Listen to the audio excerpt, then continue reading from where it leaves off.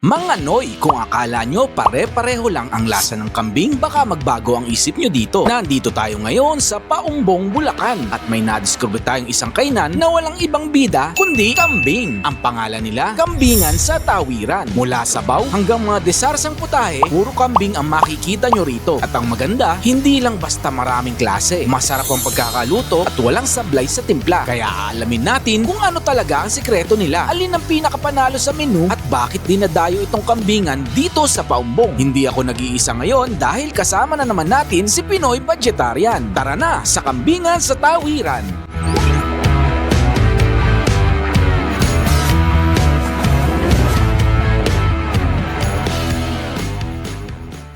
Po si Risa. Ate Risa po karamihan tawag sa akin. Ang business po namin, Kambingan sa Tawiran. Dito sa San Isidro 2, Paumbong, Bulacan. Ate Risa, itong kambingan nyo sa Tawiran na sinasabi, kailan nyo nag-umpisang magtinda nito? Magpi-15 years na po kami. Bakit ang kambing ang naging gusto nyong business? Dati po kasi ang naisip naming mag-asawa, yung kambing, fresh meat lang po ng kambing. Okay. Ang dinideliver namin. Yung ibang customer po nag-request, bakit hindi na lang luto? Ganun. Ayun. Kasi di ba, iba po hindi daw sanay magluto. Aha. Sanay naman po akong magluto. Kaya nag-try kami. Pero ayun, awa naman po ni Lord, nag-success. Mas nagustuhan pa Mas na. nagustuhan pa po nila. At ito, Ate Risa, kanino ka natuto magluto ng mga putahing kambing? Maliit pa po ako, hilig ko na talaga ang magluto. Wow, no. Sa mga tinda mong kambing na yan, ano tingin mo nagpapasarap dyan? Siguro sabi nga nila, yung love mo, yung pagka nagluto ka, may inspiration ka, yung mga ganon. Di basta luto. Dedication mo sa pagluluto para mapasarap mo pa at ano mo yung mga customer mo. Yung mga niluluto nyo ba rito, araw-araw yan, kinakatay, fresh? Fresh po siya. Panbawa po ngayon, may tinda kami buka. Nung sa kinabukasan, magkakatay para dire-diretso yung preparation. Kaya anong oras kayo nagsisimula magluto-luto Ang niyan? luluto po kami minsan 2 a.m. Pero sa hapon po, pinapakuluan na namin yung iba para fresh, dire-diretso na yung pagluluto. Ano ate, yung pagpapakulo nyo ito, pagpapalambot, talagang normal na kalad? Yung bang Sa gasol po mismo. Hindi kami gumagamit ng mga pressure cooker ganyan? Hindi po. Then tagal talaga, Hanggang no? kung patyagaan na kumbaga mag-aano ka talaga ng oras. Oo, para ang lakas sa gasol. Opo. Malakas po talaga sa gasol siya. Opo. Kalimitan natin, ang mga, yung edad ba ng kambing na niluluto nyo? Mga anong edaran yan? Depende, minsan may pinakaano po siguro 6 months. 6 yung months, ganun. no? Kalambutan lang, tama lang, yung no? ganon, kalambot. Pero minsan, meron taon na yung kambing. Opo. Minsan may 2 taon daw, may 3 Nako, taon. matagal palambutin natin. Ganun, lalo na yung balat. Opo. Mahirap palambutin. Sa mga pupunta rito ate, anong mga putahe ng kambing ang inyong tinitinda? Kaldereta, adobo, hilawin, papaitan, tapos yung sinampalukang bias at paa ng kambing. Ano lang po yan, every 2 weeks. Every 2 Kasi weeks. iniipon pa po yung Oo mga... nga. Kaya apat lang yun, di ba? po. Ganun lang nangyari. Opo. Maraming kambing ang makakatay mo muna. Pagka nakaipon na po kami ng saktong pantinda, yun, tsaka pa lang po kami Saka lang nagtitinda ako. ng Ayun. sinampalukan. Kaya pagka meron kaming tindang sinampalukan, bestseller na sa iba yun. Opo, sa mga gustong bumili nito, magkano ang presyuhan mo? Order po namin ng kaldereta, adobo, 160 lang. Yung kilawin, papaitan, sinampalukang bias, 140. Okay lang yung presyo na yan, ha? Alam ko mahal ang karne ng kambing eh. Opo. Tsaka sulit na po yung 160 mo. Pag po medyo dalawa na po yung makakakain Oo nga, no, sa ate. dami ng serving namin. Opo. Kung gusto nilang bumili dito, ate, anong oras ka mapupuntahan? Open po kami na Tuesday, Friday, Saturday, Sunday.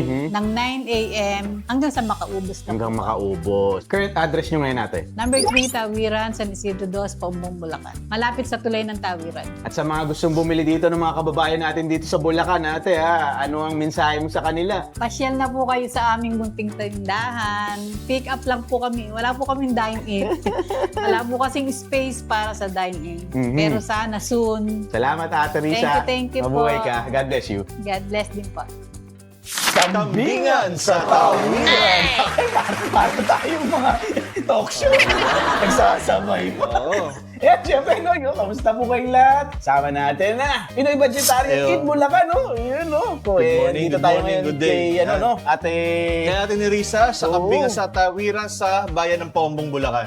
Isa pa location nito. Ano siya, boundary siya actually ng San Isidro 1 at saka ng 2 yung tulay. Ayun, Ayun kaya siya. pala pinangalan ng Tawiran. Kasi 1-2 lang na San Isidro. Oo. At itong parte na pa ganyan eh, papunta na Papunta ano yan? ng Hagonoy siya. Hagonoy na, Oo. no? Kung mapapansin nyo nga po, karamihan sa dinaanan namin eh, yung galon-galon na Oo, suka. mga suka.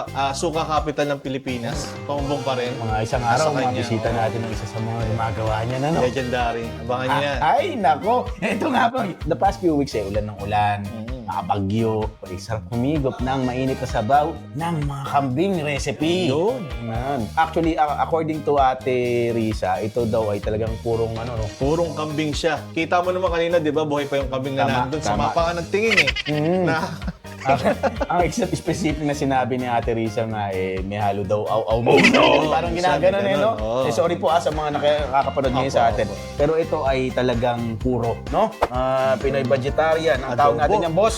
adobo kambing. Yan, ha? Kita mo naman yung tilad niya. Ang laki, no? Hindi Ang lalaki ng tipak, no? Di ba? Oo. Ang laki ng chunks niya. Kaya nga, at Yung isa, ito, yan. showcase naman natin to. Ito ang kaldereta, no? Yeah, kalderetang kambing. Sa Ganda. bestseller niya. Oo. Ito pong meron tayo ngayon sa mga nakakapanood po sa atin. Ito na yung actual serving. Oo. Di ba sabi ni Benta? Pagbenta po. Kaya yung sinasabi yung vlogger lang yung ganito serving, hindi. Oo, Pakita ito. niyo yung video ni Kuya Tex. Ito, totoo. Ano, mainit yung tasa. Mainit. Akit na natin yung dalawa. Ayan. Ito yung sinampalukang bias. Paa, yung legs ng kambing. Yun. Then yung kay Ito Kuya naman Tex. yung papaitan. No? Kung mainit po yung tasa. Ang laki ng bowl, Noy. At ang Malukong siya. halaga nito ay 140 ang may sabaw nila rito. 140. Naku, napakamura lang. Eh, ang mahal ng ano pala, sabi ni Ate Oh, Risa, yung nasa kambing, yung meat ng 550 kambing. daw, no? Yes. Nasa kami mo, paborito mo yan, alam ko eh. Naman, alam na alam ni Pinoy Vegetarian, mga bossing, mga Noy. Sarap ng amoy. Balat ng kambing, kilawin. Tingnan nyo naman yung itsura niya, Noy, ha? Pero Sarap. napaka-simple pero yung datingan Oo. niya amoy pa lang, Oo. di ba? Ano pang hinihintay natin? Yan, Kuya Tex, meron na tayong kanin dito. Yun na nga. Uy, thank you, Ate Di ba? Risa.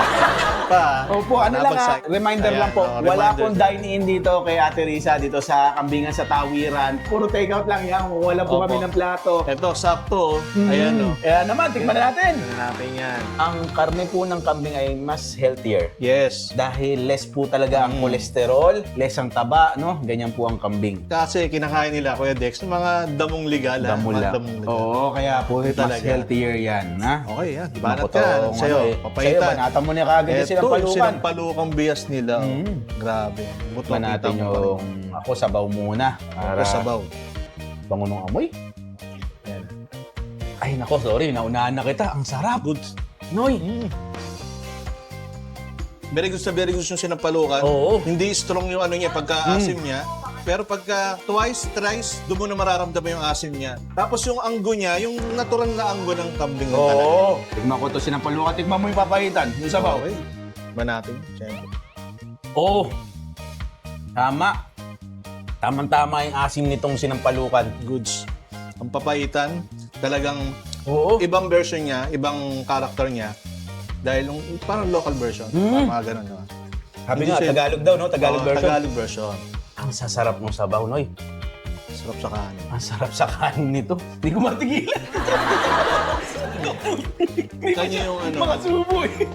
eto, yung bias ng kambing. Yan, no? Actually, di ba, 4 lang yung paa ng kambing? Tama. Kaya ito parang bihira lang to na magkaroon dito at ito nga nadali nga namin ni Kuya Dex na meron dito. Nasaktuhan natin. Ilan ang kakatayi mong kambing para makakain? Yan ang sinampalukang bias. Ang Grabe. sarap mo nung mamaitan tsaka nung ano. Sulit to. Oo. Napakalambot. Napakalambot yung laman. Yung taba, yung laman, yung litit, talaga naghahalo sa sabaw. Malasang-malasa siya, mga boss. Adobo tayo, kaldereta sa akin. Okay. Ito, Kuha tayong karne. kanyang adobo. Ayan, oh. Yun. Nagmamantika pa. Oo, Naglalagkit tumutulo. pa, oh. Ayan, Ayan, oh. maro. Akala mo ano eh. Luwa, oh. Bone Dila marrow. ng ano eh. Ito yung karne po ng kaldereta. Wow. Natin. Ganda ng amoy. Oh. Ay, ang lambot. Grabe. Ang sarap. Yun yung klase ng lambot na hindi yung lasog. Tama. Yung tama lang talaga na pag kinagat mo, walang laban. Kanina po, habang visit kami, telepono ni Ate Risa, ring eh. Matawag, kapabalot. Adobo. Ito ang adobo na Ay. isa sa masarap dito. Oo. Suka pombong ang gamit. Natural, native na adobo, no? Yun ang lasa po, Yun ang ano ko. Siyempre, ito, yung kilawin na paborito mo. Okay. Tama. Kuha tayo dito, no? Parang ano, Kanilang kilawin. Ilawin. Wala pa Napawa ako. pa akong kanin. No? Puntahan na rin kita. Ayan. Thank you. Sibuyas. Tikman natin Tikman natin yan. Paborito ko yan. Yan. Lagi ko sinasabay ito sa mga sesyon, no? Yun. Cheers. Cheers. Sarap. Grabe. Sukang paumbong din siguro ginamit na sukar ito, no? Kaya ano rin, native din ang lata. Amoy pa lang, susubo mo pa lang, tapos nagbo-burst na yung flavor niya sa loob ng bibig mo. Actually po, ang nagkakatay ng kambing ay ang master ni Ate Risa na, ang kuya.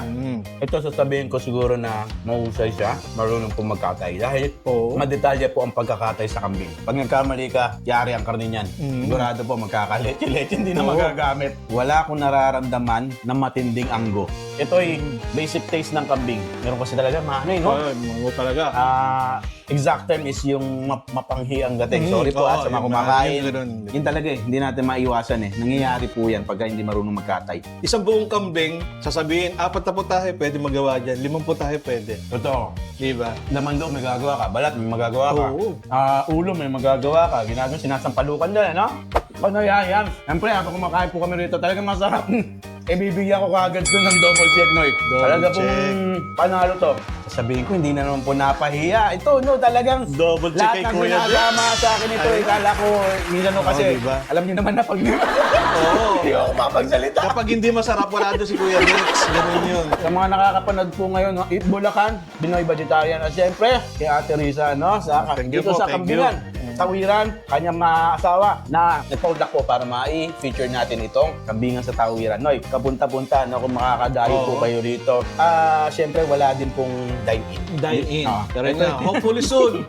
May awa ang Panginoon, Yan. kakaroon niya. Naki-ano lang po kami dito. Oo, nakadine-in lang. Nakiyan lang kami ng kaldero. Kanin. Anyway, Magkain sa maraming salamat, Noy, sa inyong lahat. Patuloy po tayo, magdasal, huwag mawala ng pag-asa. God bless us all, Noy. At siyempre, sa ating kaibigan, Pinoy Vegetarian, maraming salamat sa nakakanapan ng bias. Bago tayo magtapos, iwanan natin sila pagmamahal. Pagmamahal. Hi! Thank you! Sarap! Panat.